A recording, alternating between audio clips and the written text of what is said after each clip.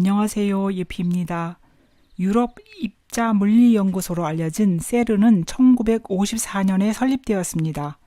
제네바 북서쪽 프랑스 스위스 국경에 기반을 두고 있으며 23개 회원국으로 구성되어 있습니다. 세른의 설립 목적은 고에너지 물리학에 필요한 입자 가속기 및 기타 인프라를 제공하는 것입니다. 국제 협력하에 실험을 하고 있고 2019년 기준으로 2,660명의 직원이 구성되어 100개 이상의 국가에서 온 10,000명 이상의 과학자들이 모여 세른에 있는 과학기기를 사용하기 위해 모여 있습니다. 2010년 1차 가동을 시작으로 3차 가동은 올해 7월 5일에 시작해서 2026년까지 4년 동안 진행될 예정입니다. 4차 가동은 2029년으로 예정되어 있습니다.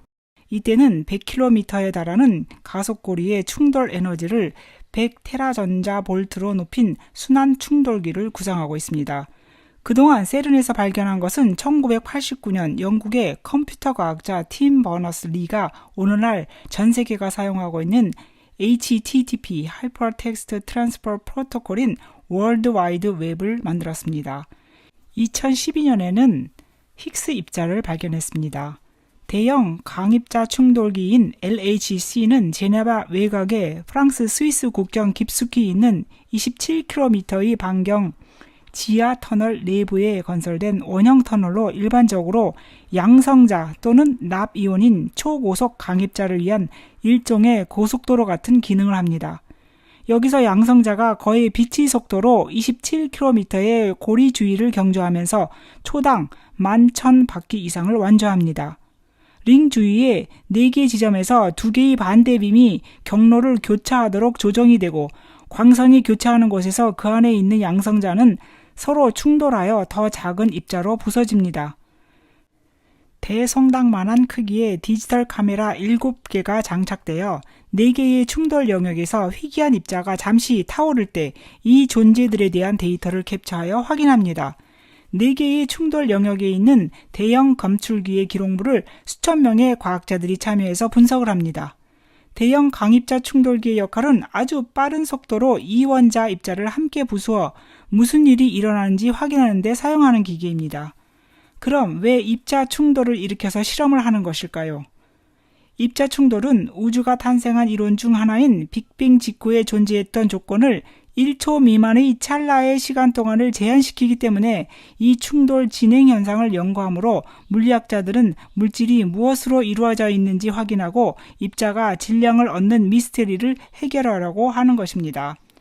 2012년에 세른에서 발견한 힉스 입자는 입자 물리학에서 기념비적인 이정표였다고 말하고 있는데 그 이유는 힉스 입자가 물질에 질량과 무게를 부여하는 존재이기 때문으로 알려졌습니다.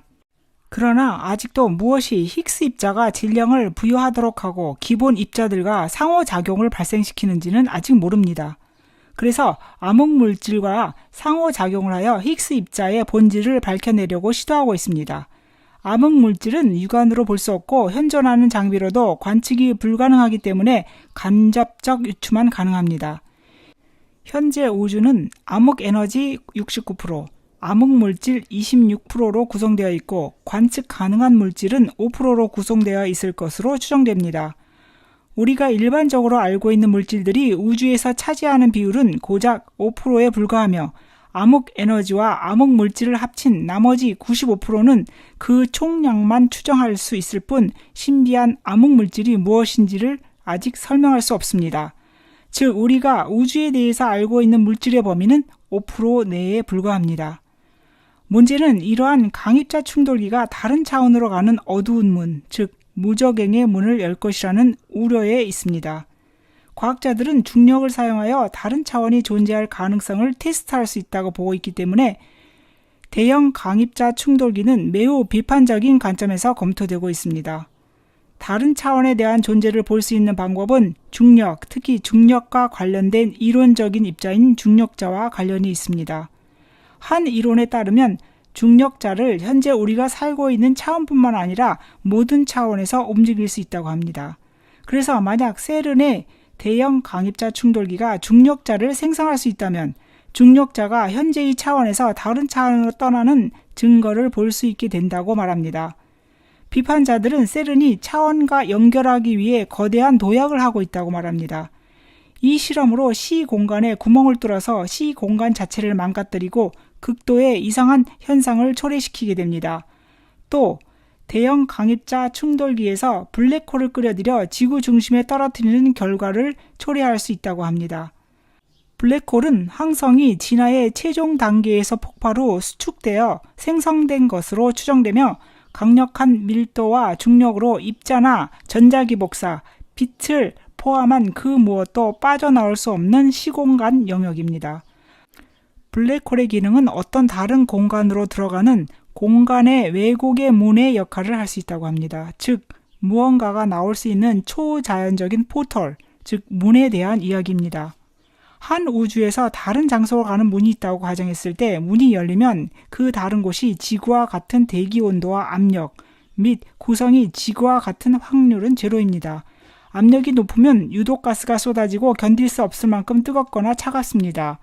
또 그곳이 압력이 낮다면 문을 통해 높은 압력이 날아가서 다시는 돌아올 수 없게 됩니다. 성경 요한계시록 9장의 내용을 보면 다섯째 천사가 나팔을 불었을 때 하늘에서 땅으로 떨어진 별이 있었고 무저갱을 여는 열쇠를 받았습니다. 그 별이 무저갱을 여니 거기서 큰 용광로의 연기와 같은 연기가 올라왔습니다. 해와 하늘이 그 구덩이에서 나온 연기 때문에 어두워지면서 그 연기 속에서 메뚜기들이 나와서 땅에 퍼져서 정갈과 같은 권세를 받아 이마에 하나님의 인을 가지고 있지 않은 사람만 5달 동안 해하라고 명령을 받습니다. 이것들은 무저갱의 사자를 자기들의 왕으로 떠받들었는데 그 이름은 히브리 말로는 아바돈이고 그리스 말로는 아볼루온, 즉 아폴리온입니다. 세른의 지역명은 아폴리온이고 이 지역의 옛 지명은 아폴리아쿰입니다. 즉 세른이 부분적으로 위치한 프랑스의 마을이 상헤니스 뿌에이라는 사실이며 뿌에이라는 이름이 라틴어 아폴리아쿰에서 유래했습니다. 그곳에 살았던 사람들은 지하세계로 가는 관문이라고 믿었습니다. 세른이 지하세계로 가는 관문에 구축되었다는 점은 우연이 아닐 것입니다. 지하세계는 바닥 없는 구덩이인 무저갱이며 아비소스의 사자는 아바돈이고 아볼루온, 즉 아폴리온입니다. 그래서 비판론자들은 대형 강입자 충돌기의 설치 이유가 다른 차원의 존재를 소환하기 위함이라고 주장합니다. 실제로 세른의 가동 중에 블랙홀과 같은 것이 하늘에서 생성되었다 사라지는 광경이 목격되기도 했습니다. 또 세른 앞에 시바 여신상이 세워져 있습니다. 왜 과학연구센터에 종교를 상징하는 시바상이 세워져 있을까요? 시바 여신의 의미는 모든 세상을 파괴시킨 뒤 새로운 질서를 세우는 신이라는 의미입니다.